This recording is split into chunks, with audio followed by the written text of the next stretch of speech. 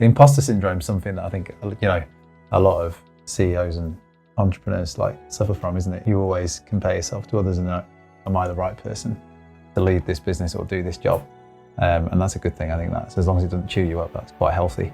Healthy paranoia is what you need in business, I think, to be successful. But the key is underlying confidence, I think, and giving that to the team, feeling that yourself, which is quite hard at times because it's not like a straight line journey, is it, to the top? This is The Summit by Fearless Adventures. I'm Dominic McGregor, and every week my co-founder David Newns and I will be talking to inspirational leaders about their experiences as they strive towards their summit. Thanks for joining us here at The Summit today. We at Fearless Adventures are talking to some really inspiring individuals and entrepreneurs about their journey to their own summit. Today we're joined by Richard, the CEO of Peak, and his journey of creating a data AI business. Thanks for joining us today, Richard. You're welcome. Thanks for having me. One of the things I find most fascinating with Peak and where you guys now are on your journey, it's like you almost reached base camp and you're now in that kind of gear up stage for the big climb. How are you kind of preparing yourself for that, but also the company? All the work to this point has been getting here, and now we've got an amazing opportunity. We think we've got a huge market opportunity in the most exciting space in tech to win, but we're right at the foothills of that journey, like you say. There's a couple of things there, isn't there? Gearing the team up and gearing yourself up, two different things.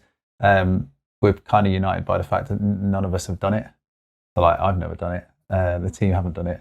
So a lot of it is about helping and give the team confidence that we've got here, we've figured it out, we can figure it out again. Sort of thing, basically. and then having that confidence yourself. You didn't know what you were doing when you started the business.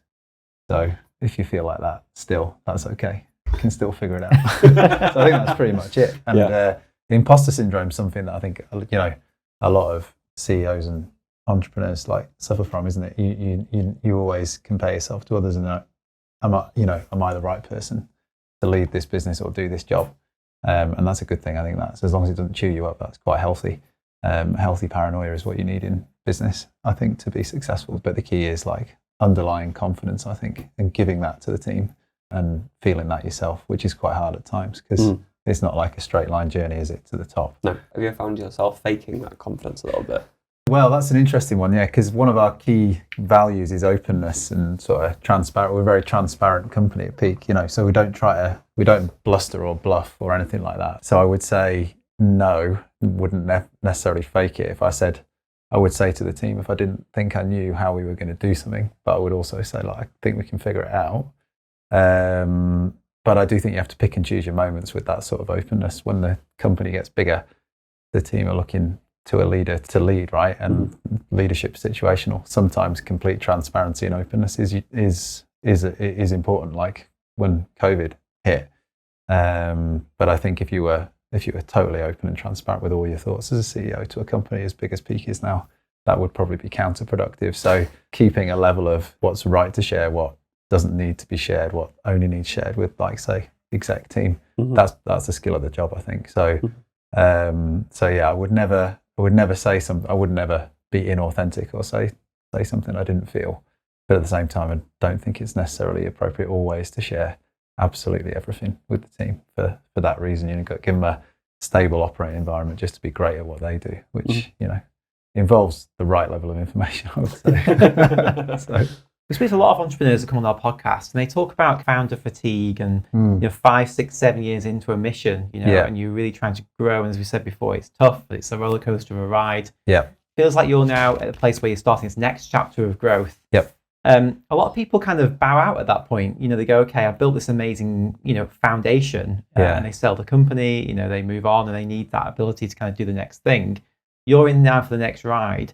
How do you know you're ready, and have you got the energy, and how are you looking after yourself to make sure that you're ready for that next chapter now? Yeah, well, it's an interesting one, that, because I suppose it depends on what motivates you.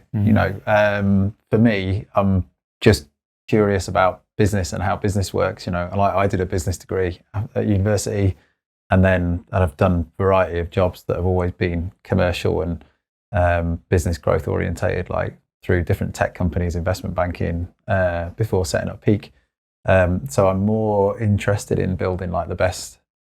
I'm interested in the domain. Peak specifically, our software helps other companies do things be better, perform better, do better, do better as a company. So the question is more one of like energy. It is tiring. Yeah. The last couple of years have been incredibly tough for like everyone.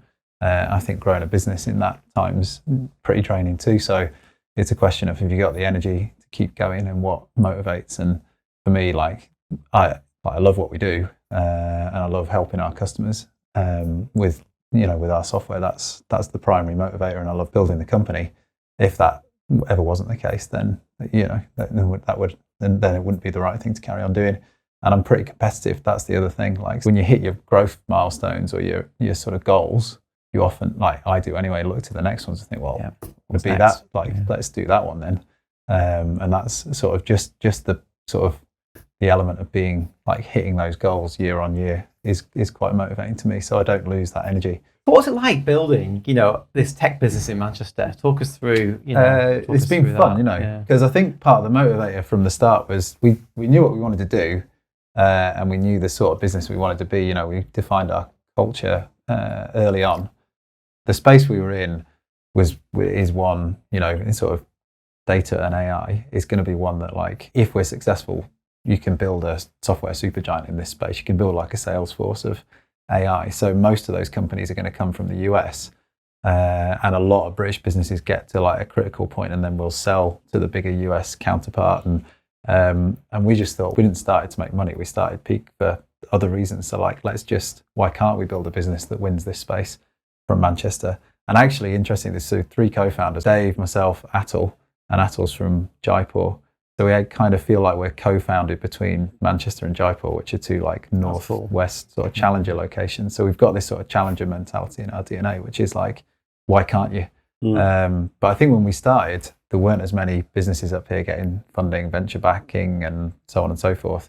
And a lot of the chat in the ecosystem was like, how do you get money for a startup in Manchester if all the money's in London? And to which I would always say, well, like, go to London. It's only 2 hours on the train, as expensive as the train is. Yes. And I think that now there's more money in the region and more people, like Zoom has been a good leveler, right? The pandemic in a way is like people raise money over Zoom. You don't have to go and visit every investor, certainly not when you're doing your initial pitches face to face. And you used to have to do that. So it used to be quite draining going down to London all the time for investor meetings, pretending you just were in town, going down, like getting the 6 a.m. train or whatever, that sort of thing. Yeah, I can do breakfast. Yeah, I could do, totally do breakfast. Yeah, I was down anyway the night before. Yeah, exactly. That sort of stuff. You don't have to do that anymore. So that's good. What were the moments on this kind of adventure that you've taken on the way to the summit that you knew kind of, we're onto something here? What were those kind of proof points and how did that feel?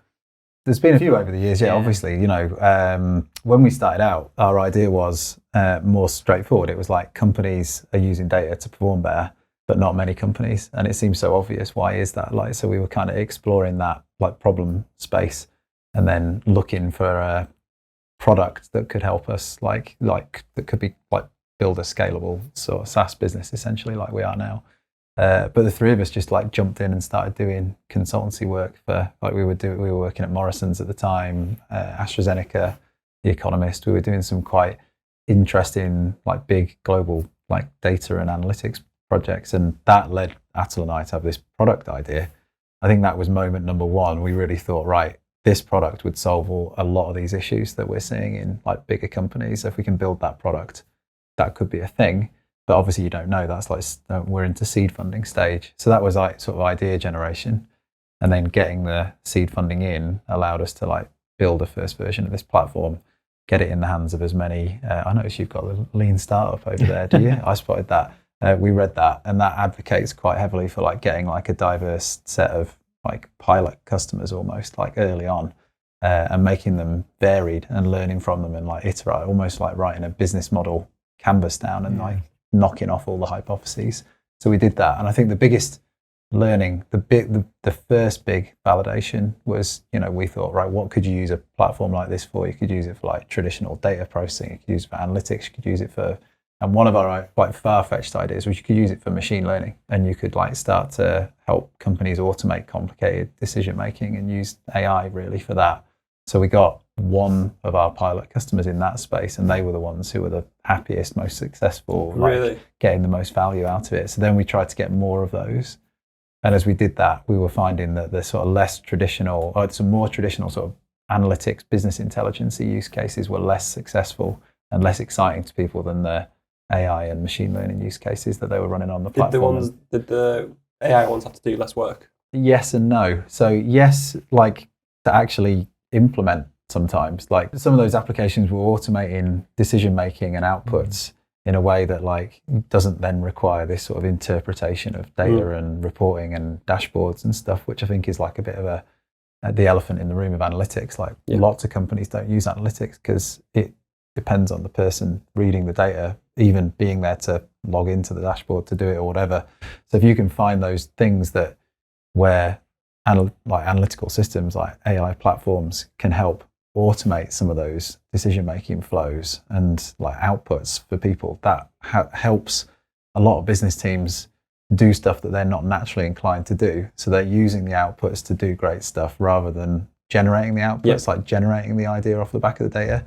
So it's that sort of more like prescriptive output from an analytics platform that was really the unlock. So yeah, they have to do less because they can plug that in, but no, they have to do more because then the machine's telling them to do more. So like the business teams become like more action orientated and have to relearn sometimes how to do their job, which is quite exciting. So there's a balance there. But you almost jumped a step, didn't you? Because like you said, if the businesses weren't using data in the first place, they didn't have anyone to analyze the data. So therefore, you took the step of collecting the data, analyzing the data, and making decisions for them. Yeah.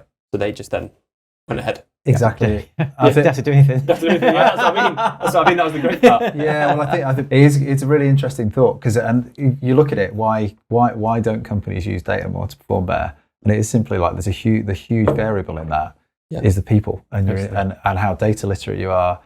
Everyone's biases like go into like how much of an issue someone sees something as. Some people like really extreme, like a number goes slightly off and they're all very hysterical. Other people like super chilled out. Some people just don't log in and do that stuff and just go with the flow and do what they're told.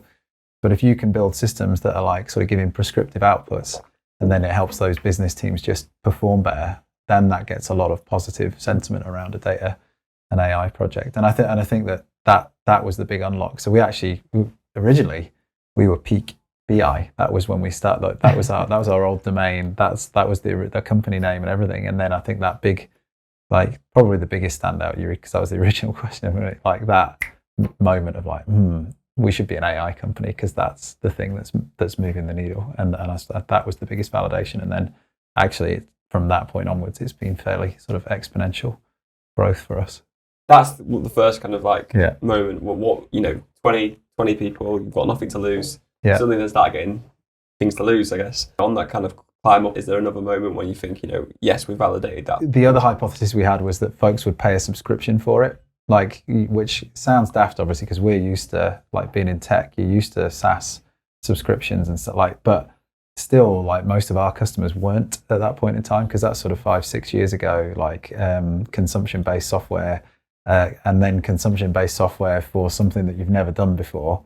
So we sort of had this theory that people would pay less per month and like be comfortable like having a long-term subscription to an AI platform to enable this sort of stuff. And so the first big enterprise customer we had, or sort of FTSE listed business that we had as a customer, their first renewal date, that was a big one for us. Like the passing that sort of passing that 12 first months year, or 6 months. 12 months it 12 was months. Passing that 12-month period, and actually, funnily enough, because their contract had like a step up in it as well, but I can't tell you who it is now because I told you the contract. But like it was cheaper to start with, and it was their idea. It was like, well, if this is creating value for us, in a year's time we'll pay you more.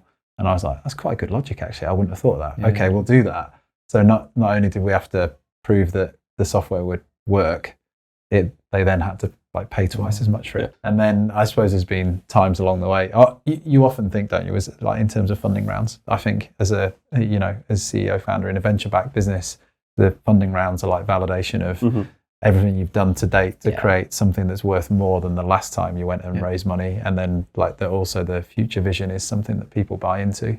So I've ended up thinking a little bit like that happened when we moved into that office Neo in Manchester. That felt like a moment because that was post Series A and we were like, top of this tower block and it felt big.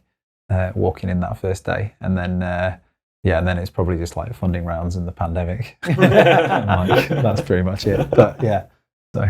Yeah. So the US, how much of a role does that play in your business, and how are you finding that? Yeah, America's a big part of the future, I would say. It's a smallish part of our revenues at the moment. It's probably about 5% of our international revenue, like outside of Europe, should we say, is 20% of the company's like annual recurring revenue. America's about 5% of that. So to date, it's been like smallish and like I would say organic, like as companies in North America have found us, or we've been referred by partners. They started on the Peak platform. It's the biggest single market for enterprise software, so we do see it as a big part of the future.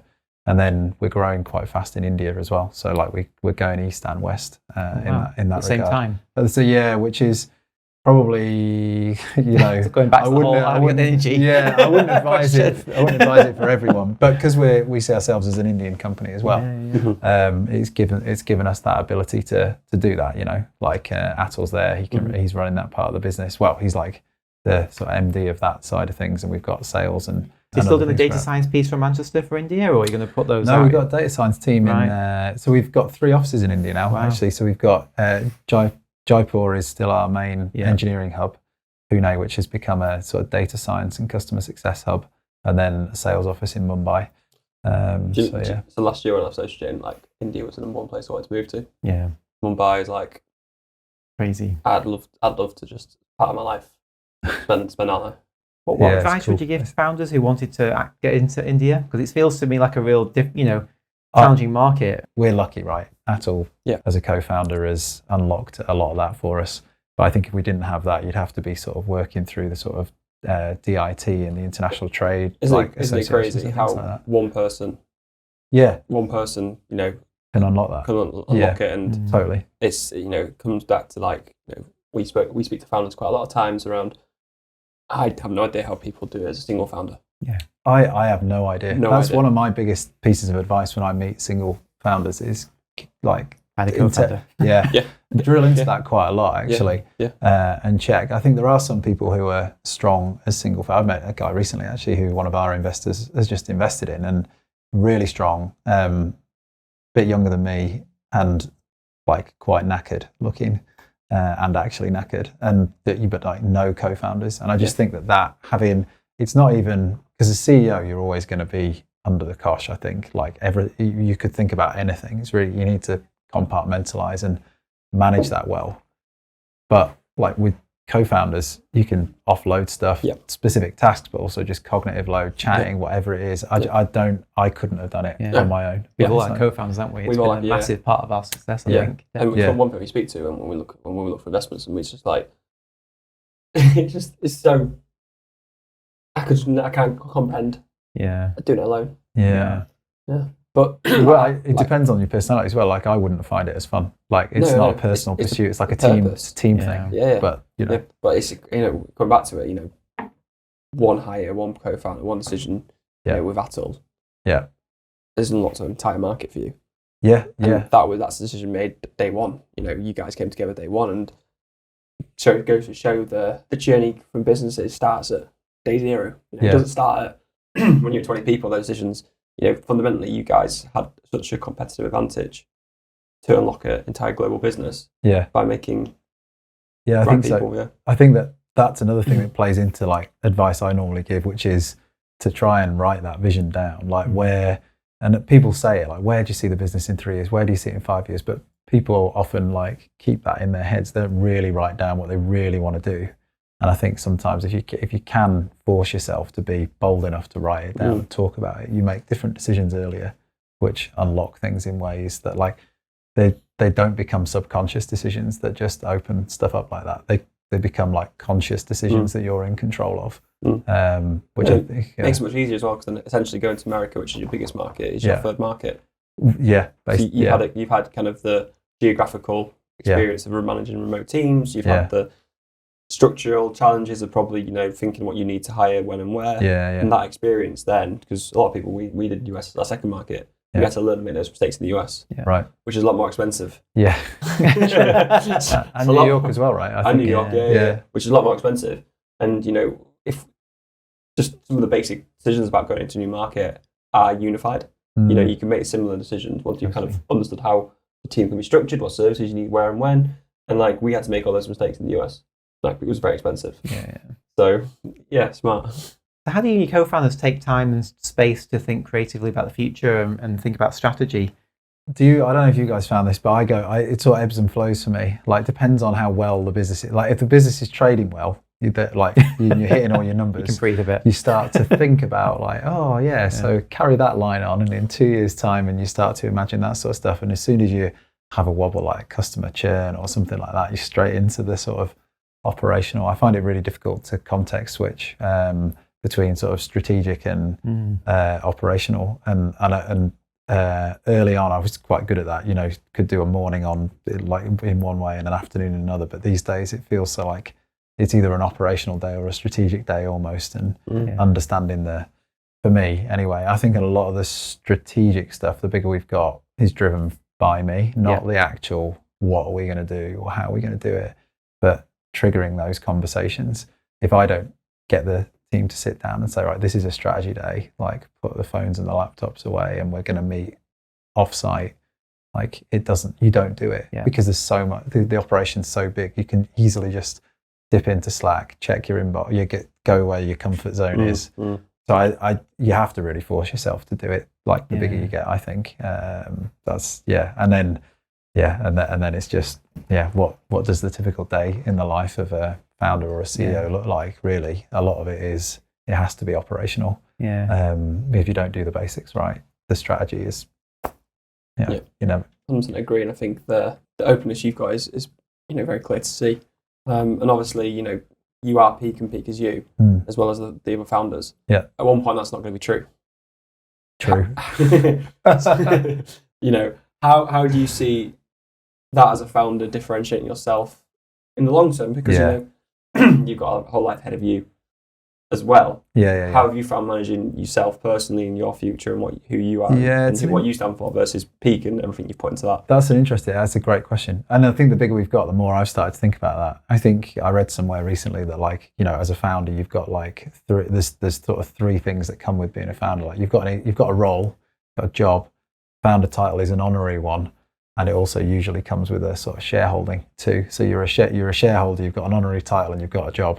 And if you park the two and you focus on the job, are you the best person to do that job at any one given point in time? Like right now, I think I am the best person to be peak CEO. But if that ever changed, then that would be a conversation I would be open to having. Like there might be someone better for a different stage, trying to achieve something, I don't know.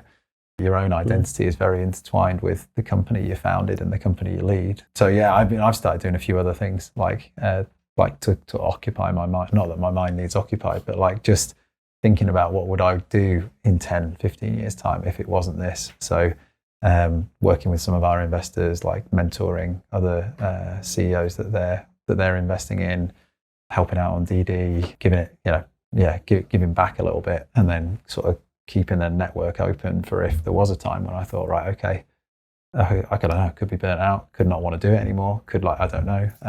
But it's good to sort of keep your mind open to like the idea that you could be doing something else at some point, because personal success and professional success are like, if they're too interlinked, then like the stakes are high anyway, like we said. Like you don't want to make it about your entire life as well as your business. So, sure, identity at the end of the day, right? We talk a lot about that, especially when people exit and like who are they after them? Yeah, that must be tough, I think. And you guys have both been in that situation. That's how we started speaking, really. Yeah. Coming out of you left in May. Yeah. I left in August, and then we were kind of like in this, floating off in this chasm of the mist for a bit of time. Like, what are we going to do? Who are we? What do I want to be when I grow up? But it's a bit like being a professional footballer or a sports person or something, like when and that's at a young age. Like what do you do after that? Yeah, because I dropped out of university and to do this, and I'd never had that moment where I've had uncertainty in my own life. Social change was just like the journey, and then you come out of the journey and you go,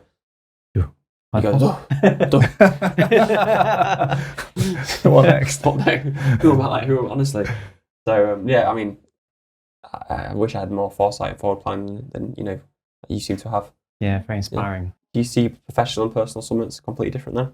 Have you managed to make that Yeah, I think so. I Yeah. mean, I have 2 little kids, 2 boys, and my wife and I have got like a lot of common interests that aren't anything to do with Peak. So Go on then, what shares one? we both try to play a big part in local community.